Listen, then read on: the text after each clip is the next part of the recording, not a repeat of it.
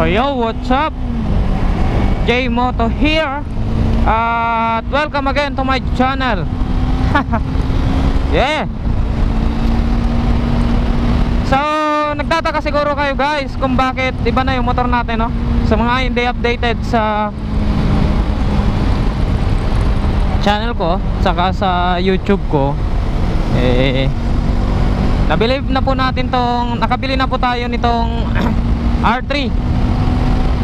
So, thanks God kasi binigyan tayo ng pagkakataon na magkaroon ng ganitong klase ng motor. So, hindi man bago, pero still thankful pa rin ako na pinagkatiwalaan tayo ng ganito kalaking blessing, diba? Hindi naman to sa atin, pinagkatiwala lang sa atin. So, mahalaga na yung mga bagay na ganito is gagamitin natin or ginagamit natin sa tama. Talagang sobrang saya na magkaroon tayo ng ganitong gamit. Actually, yun nga, nabanggit ko rin sa previous vlog ko na dati yung pangarap talaga natin is RC or R15. So mga ganong klase ng motor lang, 150cc, 200cc. So yun lang dati yung pangarap natin. And sobrang thankful kasi yung 200cc or yung 150cc doble pala yung darating sa atin. So yan, basta naghihintay talaga tayo, darating din talaga yung mga bagay na pinapangarap natin sa tamang panahon.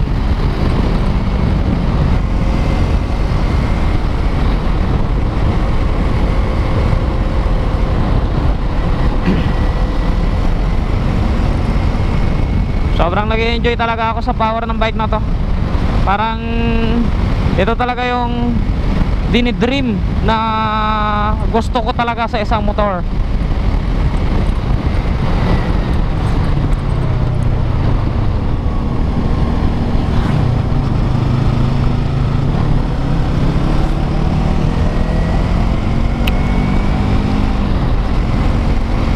Kasi before, sabi ko mag-underbo na lang ako kasi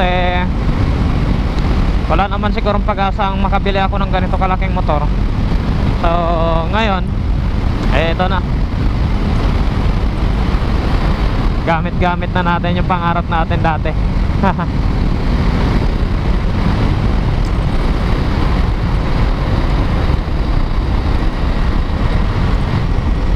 Saka medyo malalaki yung gulong na lumalaban sa bingkingan, diba?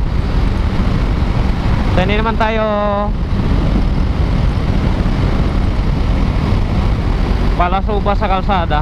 So yung tamang bilis lang kapag ganito, halimbawa maluwag, medyo nagmamabilis tayo. Pero kapag maraming sasakyan naman, hindi naman tayo balasubas, diba?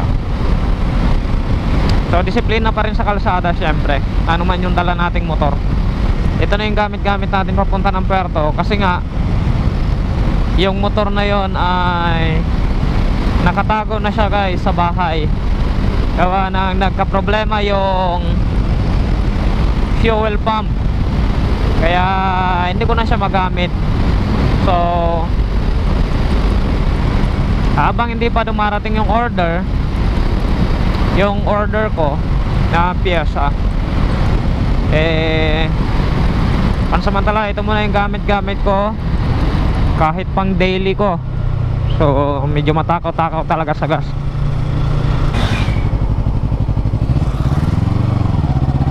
So ayan, dito na tayo sa Tigidig Bridge.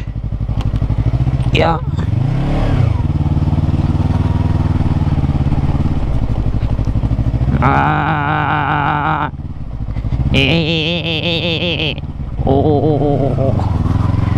Tigidig Bridge.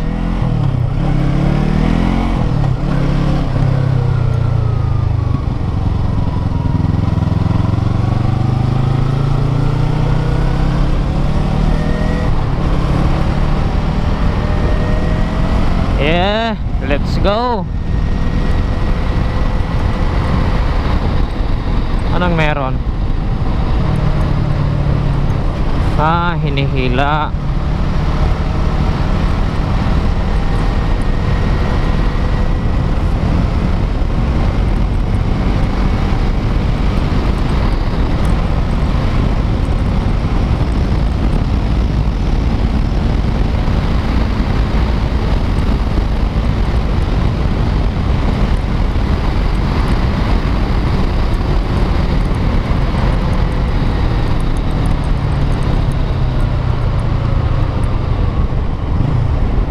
Silong muna tayo dito. Yun. Tingnan natin yung average fuel consumption natin.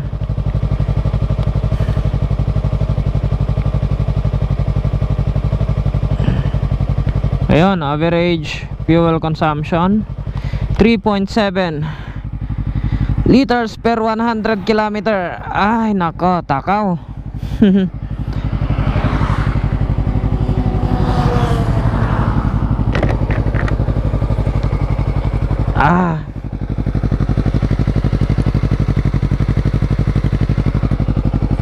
So ganyan siya ka takaw.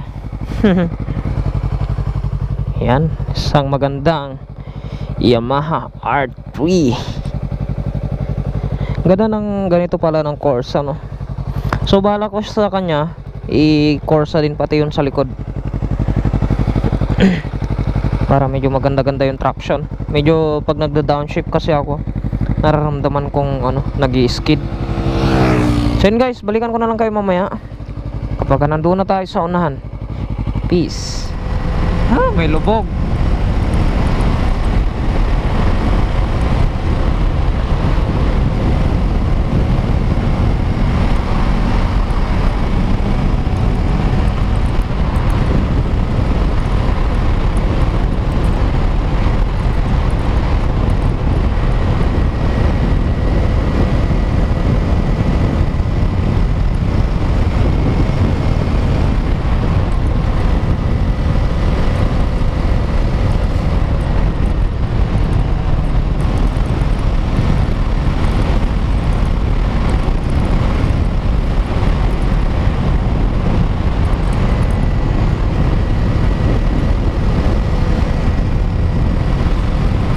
Grabe talaga pag nag racing ka sa motor na to. Racing din yung mo, gas mo. Mumog na mumog.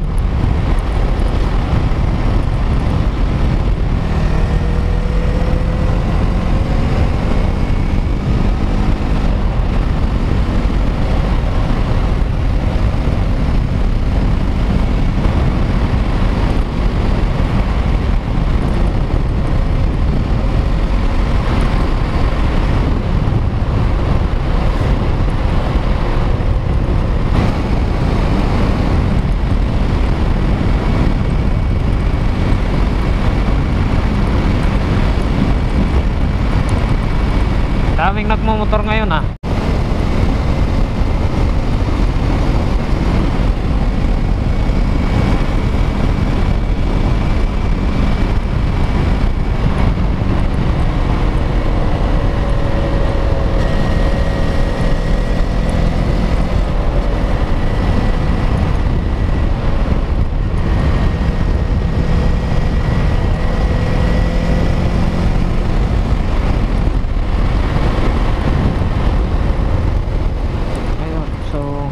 guys.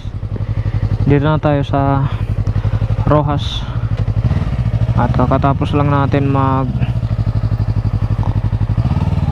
stop over.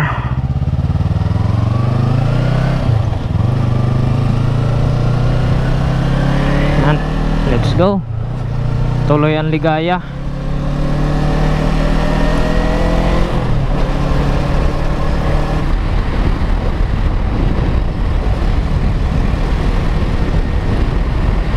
Yung padala ko baka ando na sa Taytay.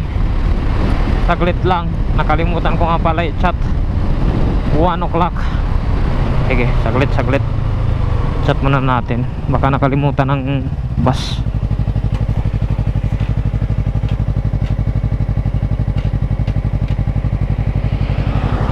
Chat ka muna.